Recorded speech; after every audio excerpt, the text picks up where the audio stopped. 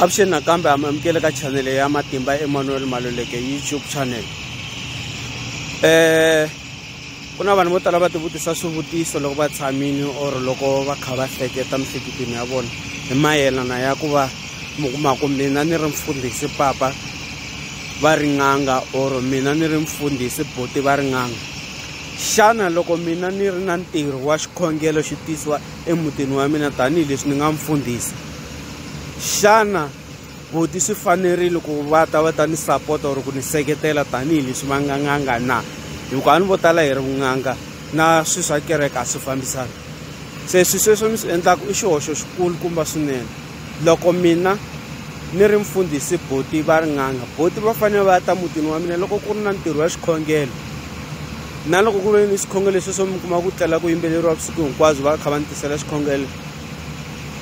Loko ku fika nkarhi wo amukela vayeni, xana i mani a nga ta kota ku amukela vayeni? Loko fika nkarhi wo khensa, i mani a nga ta kota ku khensa? Boti hi vona va amukelaka vayeni, boti hi vona va khensaka loko ntirho wu herile. Na mina swi tano loko ku ri yini boti le mutini wa vona va na ntirho wo phahla or va na ntirho wa swikwembu, loko ku fika nkarhi wo amukela, hi mina ni fanele ni amukela tanihi makwavo wa boti. Na loko ku fika nkarhi wo pfala, hi mina ni fanele ni pfala ni khensa tanihi makwavo wa boti. Ku swi kota ku sapotana, swi tikomba ku hi vana va ndoda, hi vana va munhu, hi vana va ngati, hi mama vele rin'we or hambi hi nga mama vele rin'we, papa ku ri wun'we, vo mhani va hambani, swi tikomba ku hi maxaka, hi rixaka rin'we, vana va ndoda hi khomanini, hi va nyandza yin'we. So a hi sapotaneni vanhu va ka hina, hi nga xisiwi or hi hemberiwa. Mi kuma ku munhu a ri kerekeni va ku i nga yi mutini wa tin'anga because tin'anga hi va hedeni, tin'anga yinini, or i nga yi mutini wa vafundhisi, vafundhisi a va kahle va ta endla ku vun'anga bya vona byi nga kuli. Mi nga kuma loko ni suka ni ya a mphahlweni wa boti, loko ni fika ni attenda tanihileswi hi nga ngati yin'we, swi fika swi famba kahle. Loko ni tlhelela kerekeni min'wana swi mina swi fika swi va number one.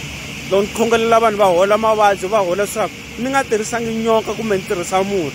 Na boti na vona loko va ta le mutini wa mina ku na xikhongelo, va fika va endla swilo swi saseka, mi kuma ku swi va kahle. Se hi lembe mi kuma va thwasisa 10 wa vanhu, rixaka ri kula. Hikuva yini? Mikwembu ya ka hina na mikwembu ya boti va tsakini ku okay vana va ndoda va khomanini, na xikwembu xa matilo xi tsakini na xi ku okay vana va ndoda va khomanini. Vanhu va ka hina a hi tshikeni swo xisana. Hi ku loko boti va ri na ntirho wa vun'anga, a ni hi mhaka ku swa vun'anga. Loko boti va ri na ntirho wa kereke, a ni hi mhaka ku swa vakhongeri. A hi sapotanani hi va xixin'we, swi tikomba ku hi va ngati yin'we va